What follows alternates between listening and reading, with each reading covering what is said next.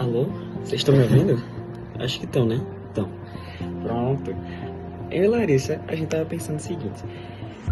Tem uma coisa muito importante na nossa sociedade que tem uma função muito diversa, que não é nada mais, nada menos do que o álcool. Mas não o álcool de bebida, é o álcool 70%. Aí então a gente começou a pensar que ele pode ser encontrado em diversos lugares pelo seu uso mais amplo, assim, principalmente nas farmácias que ele pode ser encontrado, pelo uso na saúde, de higienização, esterilização, e ele pode ser utilizado nas nossas casas para uso cotidiano, por exemplo, para evitar problemas de saúde, infecções, e também em diversos estabelecimentos, restaurantes, todos esses lugares podem utilizar o álcool 70%. Pelo sua mais diversa importância. Logo em seguida, nós reparamos que o álcool 70% ele possui uma forma predominante em estado líquido, mas vale ressaltar também que ele é um composto muito volátil. Se você expor ele há muito tempo à atmosfera, a calor ou outros elementos assim, é muito provável que ele vai evaporar. Por quê? Essa substância nada mais, nada menos do que é uma junção, uma mistura de etanol com água.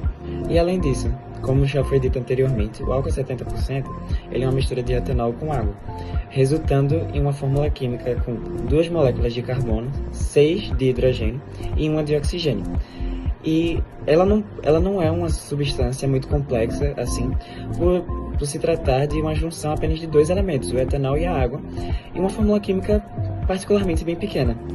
Então, é uma substância bem simples. Além disso, o método de separação que pode ser usado para separar esses compostos, o etanol e a água, é a destilação fracionada, porque nós vamos nos aproveitar da diferença do ponto de ebulição desses 2 elementos, porque o etanol ele possui um ponto de ebulição mais baixo que o da água, ou seja, ele vai ebulir primeiro.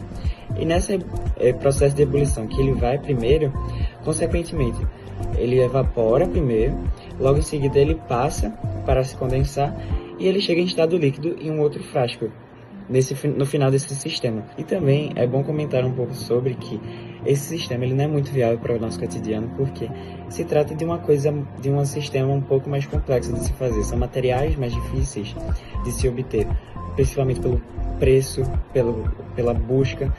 Todos esses fatores influenciam.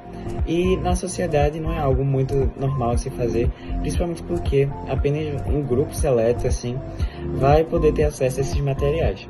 E agora quem vai falar um pouquinho mais é a Larissa. É isso aí, Gabriel. Já que você falou sobre métodos de separação e mencionou a destilação, é muito importante salientar que o álcool 70 ele é uma mistura formada por álcool 96 graus e água destilada, e ambos são obtidos por esse processo de destilação. Bom, o que acontece? Eles são adicionados, os líquidos iniciais são adicionados em um sistema que é aquecido e passa pela ebulição, ou seja, passam de estado líquido para o gasoso de uma forma mais acelerada do que se fosse por um processo de evaporação. Depois disso, de se transformarem no estado gasoso, eles passam por um tubo de condensação e passam do estado gasoso para o líquido novamente, originando o álcool 70, o álcool 96 graus e a água destilada. E depois disso, eles são misturados e formam o álcool 70. Agora falando sobre os diagramas de fases do álcool 70 e dos componentes que a formam, nós temos primeiramente a água destilada, que tem esse diagrama de fases aqui. A água destilada é uma substância pura, então ela tem tanto ponto de ebulição quanto ponto de fusão iguais. Já o álcool 96 gramas é uma mistura, mas uma mistura azeotrópica, então tem o ponto de ebulição constante. Já o álcool 70 não é nem uma mistura azeotrópica nem eutética, por isso tem o ponto de ebulição e o ponto de fusão não constantes. Eu sei que a gente tá falando muito sobre o álcool 70, mas ainda tem algumas coisas que a gente precisa mencionar, como por exemplo, a sua importância. Bom, o álcool 70 tem importância principal para a asepsia, tanto da nossa pele quanto de materiais hospitalares e telas. Outro uso também muito recorrente é na conservação de materiais orgânicos. E outro uso que é muito importante também é que o álcool ele tem um ponto de fusão muito baixo, então ele é usado como anticongelante em sistemas mecânicos em lugares muito frios, como por exemplo motores de carros ou sistemas hidráulicos. Acabou ainda não, vice, tem pouquinha coisa, mas ainda tem. Agora sobre as curiosidades do álcool 70. A primeira delas é que o álcool já era utilizado como fonte de asepsia desde a época dos egípcios, com indícios da utilização do vinho para isso. A segunda delas é que o álcool 70 era proibido para venda aqui no Brasil desde 2002, mas foi autorizado por conta da pandemia do Covid-19.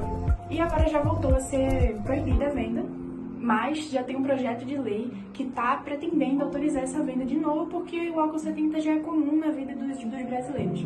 E a terceira curiosidade é que o álcool 70 ele é altamente inflamável, sendo que quando ele é incinerado, a chama produzida nele é uma chama praticamente invisível, porque a maior parte está no espectro ultravioleta, que não é visível ao olho humano, e a outra parte é uma luz azul clara, que quando tem iluminação muito boa não dá para ver direito. Isso acontece porque o etanol ele queima de forma muito eficiente, o que faz com que não produza quase nenhuma fuligem. Como a gente viu, o álcool 70 é um produto muito interessante quimicamente e sua existência foi muito importante numa época muito difícil para nós, que foi na pandemia de Covid-19. E para finalizar, para não dizerem que eu estou apoiando o trabalho escravo, vamos aqui remunerar o nosso cameraman. Obrigada!